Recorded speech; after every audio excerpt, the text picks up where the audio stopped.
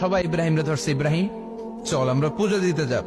সাইয়েদনা ইব্রাহিম ফানাযারা নাযরাতান ফিন নুজুম, তাকালেন আকাশে আর বললেন ইন্নী সাকিম, আমি যেতে পারবো না, আমি অসুস্থ। আমি কি আসলে সুস্থ ছিলেন? তো অসুস্থ বললেন কেন? কারণ অসুস্থতা দুই ধরনের, একটা শারীরিক আর একটা সাইয়েদনা ইব্রাহিম মানসিক ভাবে প্রচন্ড বিপর্যস্ত ছিলেন, অসুস্থ ছিলেন। এর কারণ গোটা উম্মাত মূর্তির পূজা করে, এই দৃশ্য দেখে কোন নবী মানসিক ভাবে সুস্থ থাকতে পারে?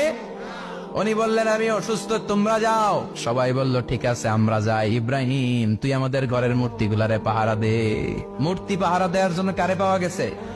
সাইয়েদনা ইব্রাহিম কয় ঠিক আছে আজকে পাহারা দিমু, জম্মের পাহারা, যা তোরা দিতাছি, পাহারা দিতেছি যা। এইবার সাইয়েদনা ইব্রাহিম মূর্তির ঘরে ঢুকলেন, দেখেন কি সুন্দর কথোপকথন আল্লাহ তুলে ধরলেন। আল্লাহু আকবার। মূর্তির ঘরে, দেবীর ঘরে ঢুকে উনি ঘুরে ঘুরে তাকায়, দেখে একটা এমনি হাত আর একটা ব্যাগ করে 14-15টা হাত নিয়ে তাকায় আছে। উনি সবগুলোর সামনে এভাবে তাকায় আছে, দেখে এক একটা এক এক চেহারা, একটা হাতির গণেশ স্টাইলের, আর একটা এরকম, আর একটা নারীর, আর একটা বাঘের, আর একটা তলোয়ার নিয়ে আইতাছি কোপায় ফেলাম আছে না নাই। সবগুলোর সামনে যায়, যে দেখে আর অবাক হয় কত ধরনের খোদার কাছে এরা কত কিছু চায়। আর যে দেখে প্রত্যেকটার সামনে ডেজার্টস আইটেম, মিষ্টান্ন, এক একটার সামনে রসমালাই, এক একটার সামনে কালো জাম, লাল জাম, রসগোল্লা, চামচাম, দুধ মালাই, মালাই চপ, আছে না নাই? জিব্বায় পানি চলে আসছে নাকি? তো সাইয়েদনা ইব্রাহিম অবাক, কিরে এত মূর্তি, এত ডিজাইন, এত ভাবে এরা অঙ্গভঙ্গি করে আছে, এত খাবার দেয়া, খায় না কেন? সাইয়েদনা ইব্রাহিম ভাবলেন মনে হয় নাগাল পাই না, আমি একটু তুল্লা ধরি। উনি রসমালাইয়ের বাটিটা নিয়ে যেটা হা করে আছে ওইটার সামনে যায়, কয় খা। কি কয়? বানাই করতেছি মনে হয়। ফারাগা ইলা আলিহাতিহিম, মূর্তিগুলোর কাছে গেলেন। ফাকালা আলা তাকুলুন, খাবি না? খাবি না দাঁড়া, আমি গেছি খা। কোরআন থেকে বলছে, ঠিক কিনা? উনি ভাবলেন ওরা হয়তো খেতে পারে না, নাগাল পাচ্ছে না, কিংবা আমারে দেখে লজ্জা পাচ্ছে। নিচ থেকে রসমালাইয়ের বাটি তুলে ধরলেন, উনি বললেন খা। আর ওগুলা কয় হা হা করে নিচ্ছে, নড়েও না সরেও না। উনি মুখের সামনে তুলে ধরে বললেন আলা তাকুলুন, খা। সবগুলার সামনে গেলেন, খা খা। কেউ খায় না, ওগুলো হা করে আছে। সাইয়েদনা ইব্রাহিম বললেন খা, কেউ কথা কয় না। উনি বললেন খাবি না কেন? তাইলে কথা ক। এই যে কষ্ট করে উড়াইলি, মুখের সামনে দিলাম, খাবি না কেন? কথা বল। আলা তাকুলুন, খাবি না কেন? কথা বল। মা লাকুম লা তাতাকাল্লামুন, খাবি না কেন? মা লাকুম লা তানতিকুন, হয় খা নয় কথা ক। বলতেই লাগলেন খা খা। প্রত্যেকটা মূর্তির সামনে গেলেন, খা। ওগুলো করে আছে হা, কোনো কথা কয় না। কয় কেন খাবি না? তাইলে কথা ক। খায়ও না, কথাও কয় না। আপনার ছেলে বায়না ধরছে, আব্বা চানাচুর যাও, কি খাম? চানাচুর কিনে দিলেন, এই নে চানাচুর। এখন চানাচুর খায় না। কিরে বাপ খাবি না কেন? কথাও কয় না, খায়ও না, কথাও কয় না। এখন বাকি আছে কোনটা? কথা কর। ফারাগা আলাইহিম দারবাম বিল ইয়ামিন, ডান হাতে কোপানো শুরু করলেন। ইচ্ছে মতো খুশি কিল মারতে মারতে মূর্তিগুলার সাইজ। ফারাগা আলাইহিম দারবাম বিল ইয়ামিন, এক একটা নবীর হাতে জান্নাতি শক্তি দিয়েছে কে? খা নাইলে কথা ক।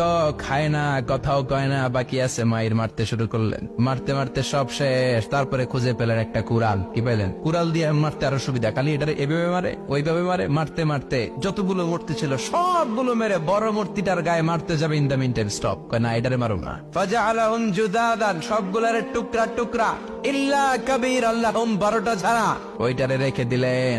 আর বুদ্ধি করে কুড়ালটারে বড়টার কান্দে ঝুলাইয়া দিলেন, বড় মূর্তিটার কাদের মধ্যে ঝুলাই দিলেন। ঘটনাটা সুন্দর হয়েছে না? এখন কেমন যেন মনে হয় এটা কুপাইয়া দাঁড়া রয়েছে বাবার বেটার মতো। বড় পূজার শেষ, পূজার দিনক্ষণ শেষ। বিকেল বেলা পূজা মণ্ডপ থেকে সব এসে দেখে সর্বনাশ। পাহারাদার ইব্রাহিম কই, আনতা ফাআলতা হাযা বিআলিহাতিনা ইয়া ইব্রাহিম। ইব্রাহিম সর্বনাশ কে কইছে? তুই কইছত নি? কই আইনো, বড়টাই কইছে, ওইটারে জিজ্ঞেস করো। বল ফাআলাহু কাবীরুহুম হাযা ফাসআলুহুম ইন কানু ইয়ানতিকুন, কোরআন থেকে বলছে, আমি করি নাই। ওই দেখ কুড়ালটা কার কান্দে, বড়টার কান্দে, ওইটারে জিগা। সবাই কই খাইছে। সবাই বলে ইব্রাহিম তুমি কি জানো না এগুলো কথা বলে না?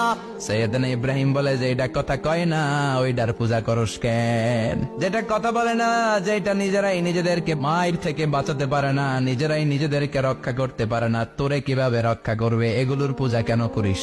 ফাবুহিতাল্লাযী কাফার, কারো কোনো জবাব নাই, লা জবাব। সবাইকে ইব্রাহিম তুই বড্ড বেড়ে গিয়েছিস, তোরে নমরুদের কাছে নেওয়া হবে, রশি দিয়ে পেঁচিয়ে নমরুদের কাছে নেওয়া হবে। নমরুদের নাম শুনছেন? শোনেন নাই বোধহয়। শোনেন নাই? পৃথিবীতে 4 জন বাদশা ছিল, যারা গোটা বিশ্বের বাদশা। গোটা বিশ্বের 2 জন কাফের, 2 জন মুমিন। মুসলমানের একজন হচ্ছে জুলকারনাইন, আরেকজন হচ্ছে সাইয়েদনা সুলাইমান। কাফের একজন হচ্ছে বাখতানাসার, আরেকজন হচ্ছে নমরুদ। এই নমরুদের কাছে নিয়ে যাওয়া হলো রশি দিয়ে বেঁধে। এবার নমরুদের সাথে কি ডায়ালগ মারছে এটা তো আর কোরআনে নাই। কথা কও। এটাও আছে। নমরুদ বলে, ইব্রাহিম শুনলাম তুমি নাকি আমাদের খোদাগুলারে মারছো, তুমি নাকি কোন আল্লাহর ইবাদত করো, তুমি নাকি কোন নতুন রবের তথ্য নিয়ে আমাদের বাবেল নগরীতে আগমন করেছো।